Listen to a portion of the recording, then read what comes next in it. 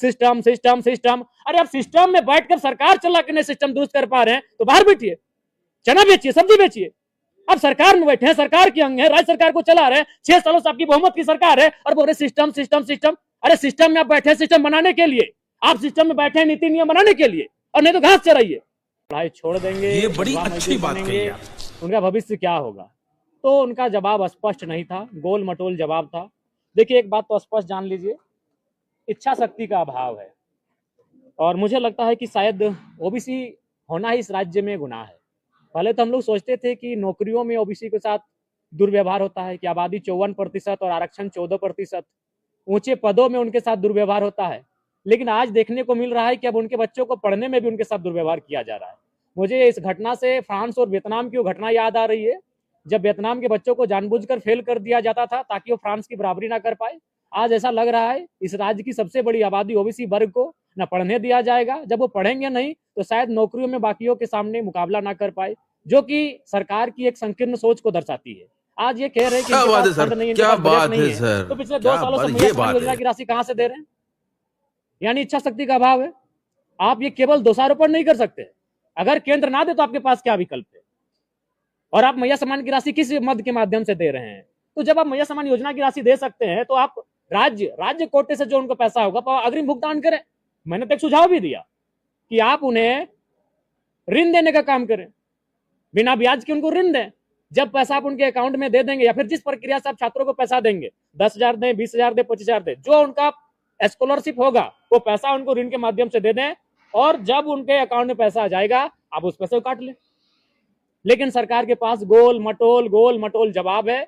बड़ा विचित्र बात है। और सबसे बात, माननीय चमरा लिंडा जी छात्रावास से रह के विधायकी का सफर तय किए हैं, छात्रावास से रह के नेता बने हैं, और छात्रावास में रहने वाला अगर विधायक मंत्री अगर छात्रों की दर्द को नहीं समझ पा रहा है तो ये केवल और केवल इनका गोलमटोल जवाब है। मैं उनके उत्तर से बिल्कुल असंतुष्ट हूं, और उन्हें जो भी आंकड़े, जो तथ्य तर्क प्रस्तुत किए हैं, बिल्कुल मैं एक सिरे से खारिज करता हूं। उनमें इच्छा शक्ति का अभाव है। वो बार बार कहते हैं सिस्टम सिस्टम सिस्टम। अरे आप सिस्टम में बैठकर सरकार चला के नहीं सिस्टम दुरुस्त कर पा रहे हैं तो बाहर बैठिए, चना बेचिए, सब्जी बेचिए। अब सरकार में बैठे हैं, सरकार के अंग है, राज्य सरकार को चला रहे हैं, 6 सालों से आपकी बहुमत की सरकार है, और बोल रहे सिस्टम सिस्टम सिस्टम। अरे सिस्टम में आप बैठे हैं सिस्टम बनाने के लिए, आप सिस्टम में बैठे हैं नीति नियम बनाने के लिए, और नहीं तो घास चराइए, बकरी ले घास चराइए, उनको चराने ले जाइए। बिल्कुल इस राज्य के ओबीसी छात्रों के भविष्य के साथ खिलवाड़ किया जा रहा है, जो कि बहुत ही चिंता का विषय है। जिनकी आबादी 54% है, कसूर ओबीसी समाज का भी रहा है। उनको घंटे की आनंद से सुखद अनुभूति की प्राप्ति होती है।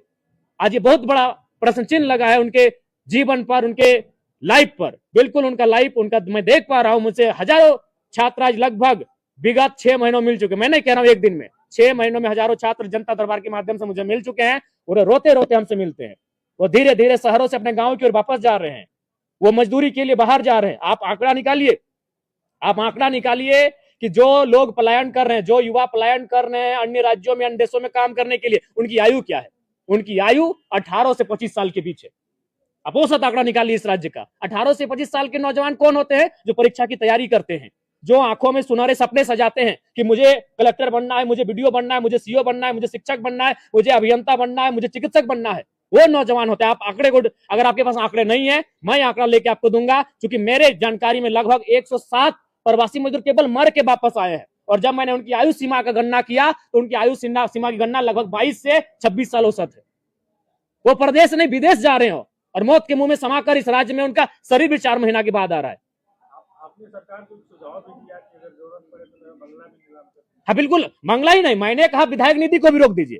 विधायकों को एक वित्तीय वर्ष में खर्च करने के लिए 5 करोड़ दिया जाता है। हमारे यहाँ 81 विधायक है, 400 करोड़ एक अच्छा खासा राशि हो जाएगा। और दूसरा बात, विधायक निधि से हम करते क्या है?